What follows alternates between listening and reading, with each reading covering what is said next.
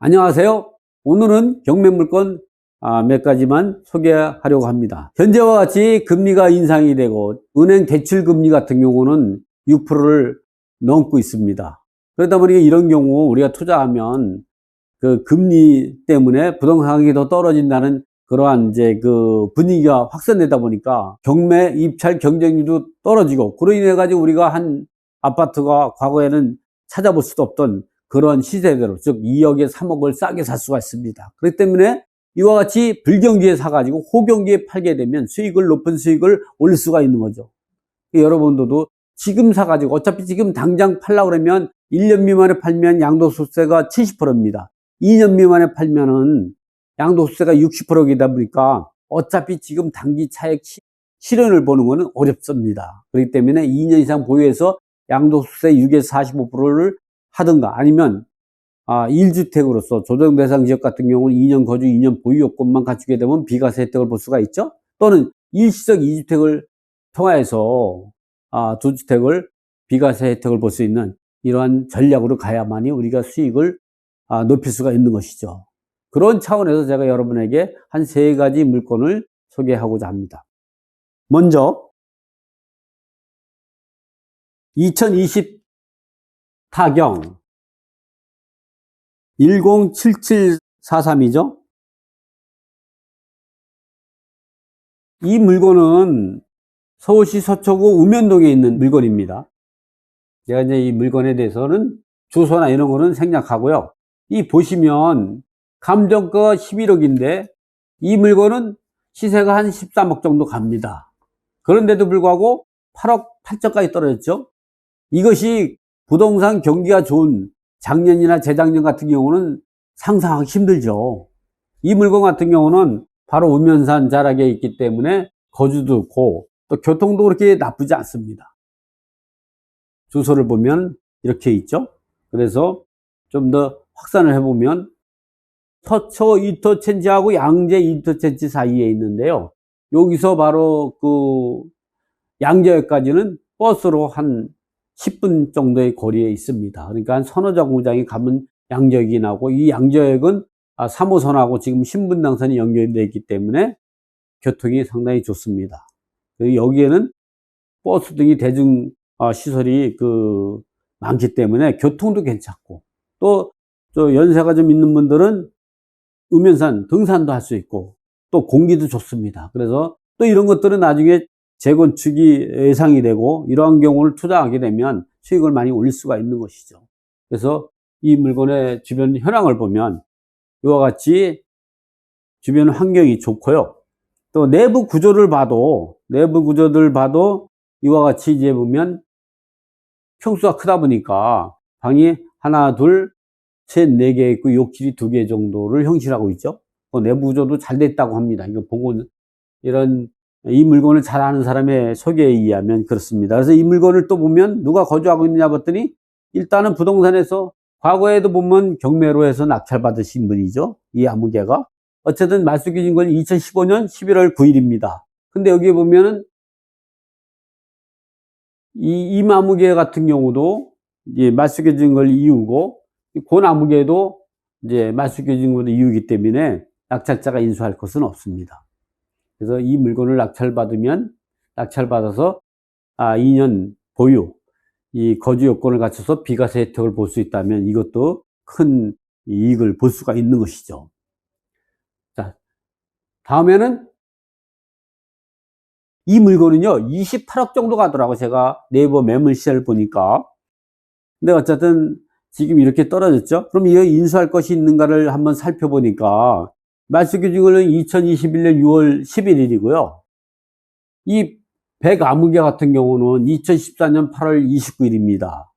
집행관이 그 현황 조사를 한번 볼까요? 현황 조사한 내용을 보면은 어떤 내용이 되냐면은, 이 건 부동산을 방문했으나 점유자를 만나지 못해 연락처가 기재된 안내문을 부착해 두었으나 점유자 등으로부터 아무 연락이 없어 전입세 연락물 등재된 세대주를 이름 임차인으로 보고 이제 기재했습니다. 이런 내용이 나오죠. 그리고 매각 물건 명세를 이렇게 보면은 여기에 보면 비고란에 보면 100일은 주민등록상 채무자 겸 소유자 암기 배우자라고 돼 있어요. 그러다 보니까 이거는 대항력이 없죠. 그래서 이거를 낙찰받게 된다면 여기에는 채무자금 소유자가 안 누군데 이 세대주 같은 경우는 남편이 되는 것이죠. 그래서 이건 인수할 것이 없습니다. 그래서 그런 것들은 세대 열람 보면, 왜냐면 우리가 전해질 때 열람 보면 세대주가 남편이 돼 있죠. 물론 부인을 하는 경우도 있지만 세대주를 남편하는 게 일반적이다 보니까 부인하고 남편하고 다 거주하는데도 불구하고 남편이 세대주가 되고 채무자 겸 소유자는 여기 동거인이 돼버린 거죠. 그래서 동일 세대원으로 되어 있기 때문에 이거는 대항력이 없습니다. 그래서 이걸 낙찰받으면 낙찰자가 인수할 것은 없게 되는 거죠. 그래서 이 물건도 한 10억 이상 싸게 된 거죠. 물론 이 가격으로 써서 되지 않겠지만 어쨌든 이런 상황이 되다 보니까 요즘은 아파트 사면 한 5억 정도 싸게 사야 기본입니다. 얼마나 좋은. 그래서 이거를 나중에 호경기에 판단하면 여러분은 이 아파트 하나 갖고 한 10억은 벌 수가 있는 거죠. 이번에는 연립주택을 한번 좀 소개해 보려고 합니다. 이렇게 너무 금액이 큰 것 같구만 소개하다 보면 여러분이 불만이 있을 수가 있으니까 좀 작은 거 한번 좀 설명을 할까요? 방배동에 있는 빌라인데요. 이것도 물건이 괜찮은 겁니다. 2020 타경 109 589.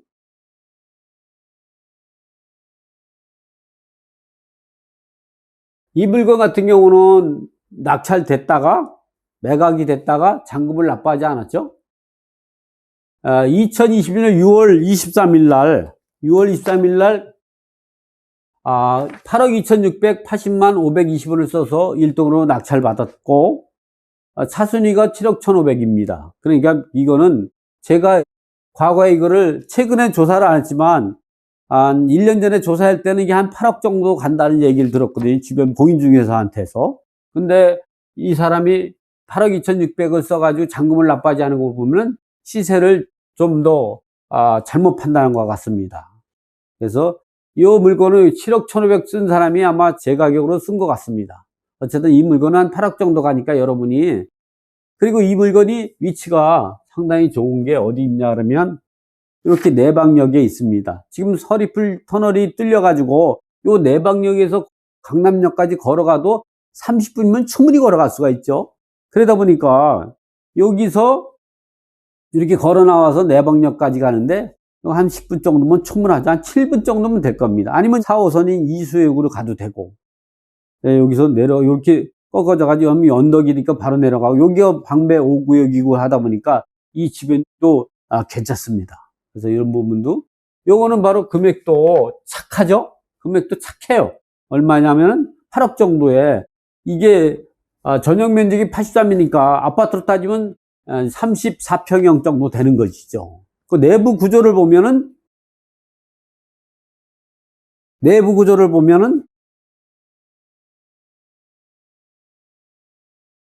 이와 같이 방이 하나, 둘, 셋 개 있고 욕실도 2개가 있습니다. 그리고 여기에 이제 2층이지만 언덕이다 보니까 이제 공기라든가 이런 조망권 이런 것들이 괜찮죠. 어쨌든 이 물건을 권리 분석을 해보면 말소기준 권리는 항상 2019년 12월 6일입니다. 그런데 여기 거주하고 있는 임차인은 2015년 1월 15일이니까 대항력이 2015년 1월 16일 오전 0시고 확정일자 우선 변제권은 2017년 3월 2일 당일 주관이 되는 거죠. 어쨌든 뭐 이거는 3억 5천 전액 받는 데는 이상이 없겠네요. 그래서 이런 경우는 낙찰자가 인수할 것은 이제 없습니다. 그래서 이런 물건도 좋고, 다음에는 2021 타경 105 027이죠.